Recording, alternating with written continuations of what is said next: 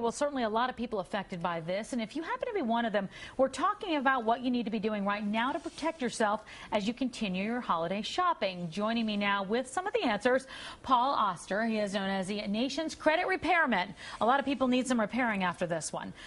Thanks for joining us. Thanks for having me on. Let's talk about it. If your data has been stolen, what do you do now? What's the first step? Get a copy of your credit report. Take a look at the information that's on there. Make sure everything that is on there belongs there. And if it's not, if you have issues that don't belong there, then you have to start taking steps to fix it.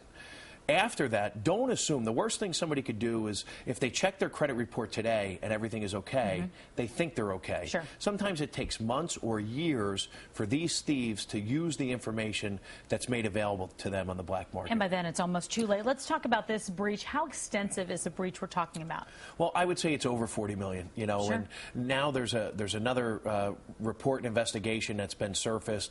The next one is about 160 million. That's about half the people in the United States. I mean, those seem like ridiculous numbers. They are ridiculous.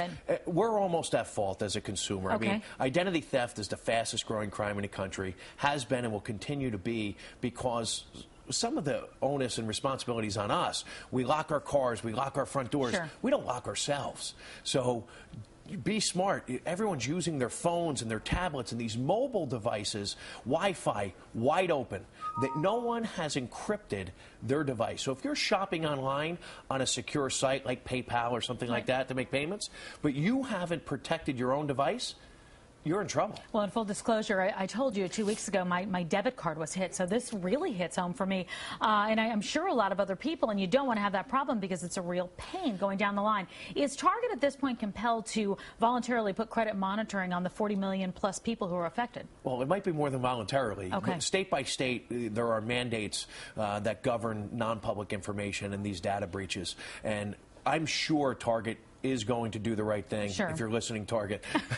If you're out there. You should afford every victim at least 12 months of credit monitoring so they can be alerted to the fact if their identity has been compromised. Okay, let me ask you this. We brought you in because this was important. We know people are shopping right now. Are other stores that people are at this hour vulnerable to this kind of breach? We're all vulnerable. Again, go back to your mobile devices. Go back to the digital internet age. When you swipe a card, there's no way that you are, insured that someone doesn't get your information. Cash is king. Sure. We lost that. And go back to your bank, set a budget, go take $500 out, $1,000 out, and use the cash. You don't see people do that much anymore, do you? You're much more likely to be a victim of identity theft, as we were talking about, than getting mugged because you have cash in your pocket.